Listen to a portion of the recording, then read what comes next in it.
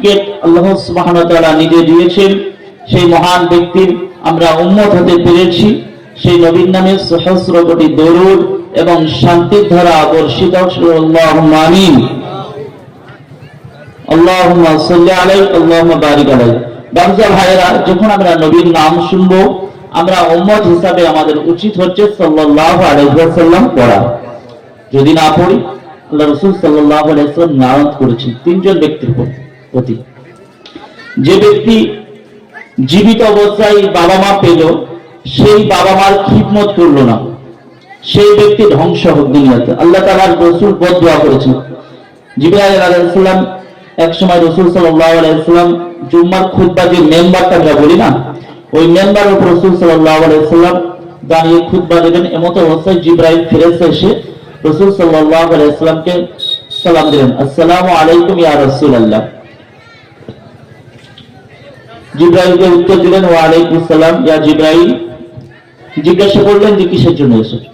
রাসূল সাল্লাল্লাহু আলাইহি ওয়াসাল্লামকে বললেন জিবরাইল যে ইয়া রাসূলুল্লাহ ইয়া হাবিবাল্লাহ, আপনার কাছে এসেছে তিনটি সুসংবাদ নিয়ে। কি সংবাদ? সুসংবাদ। রাসূল সাল্লাল্লাহু আলাইহি ওয়াসাল্লাম বললেন রাসূল সাল্লাল্লাহু আলাইহি ওয়াসাল্লামকে জিবরাইল ফেরেশতা যে আল্লাহ রাসূল, দুনিয়াতে আল্লাহ তাআলা ওই সমস্ত ব্যক্তির জন্য বদদুয়া করেছেন যারা জীবিত অবস্থায় বৃদ্ধ বাবা মা পেয়েছে, তারপর সেই বাবা মাকে ভালোবাসা বা আপ্যায়ন খাতির করতে পারেনি, দেখভাল করেনি, সেই সমস্ত সন্তানরা দুনিয়াতে ধ্বংস হবে। দুই নম্বর কি? যারা আমার নাম পড়লো, নাম শুনলো, তারা নাম শোনার পরেও তারা আমার প্রতি দরুদ পড়লো না, সাল্লাল্লাহু আলাইহি ওয়াসাল্লাম বললো না। তিন নম্বর কি? যারা যৌবনকালে সময় পেয়েছে ইবাদত করার, তারপরে ইবাদত আমরা করলাম না। বাচ্চা ভাইরা, এই যৌবনকালের ইবাদত সব থেকে আল্লাহর কাছে পছন্দনীয়।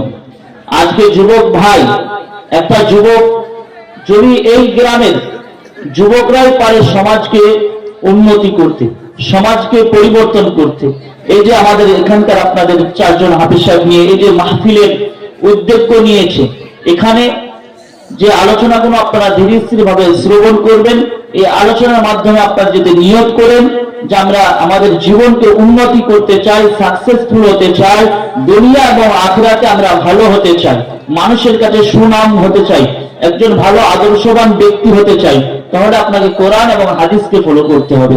আর কোরআন হাদিসকে ফলো করতে হলে আল্লাহ এবং রাসূলকে মানতে হবে। বাচ্চা ভাইরা, আজকে এই মাহফিলের যোগ্যপূর্ণ সভাপতি মহাশয় উপস্থিত আছেন, উলামায়ে কেরাম আমার সামনে উপস্থিত আছেন, দিনদার আল্লাহওয়ালা পরেজগার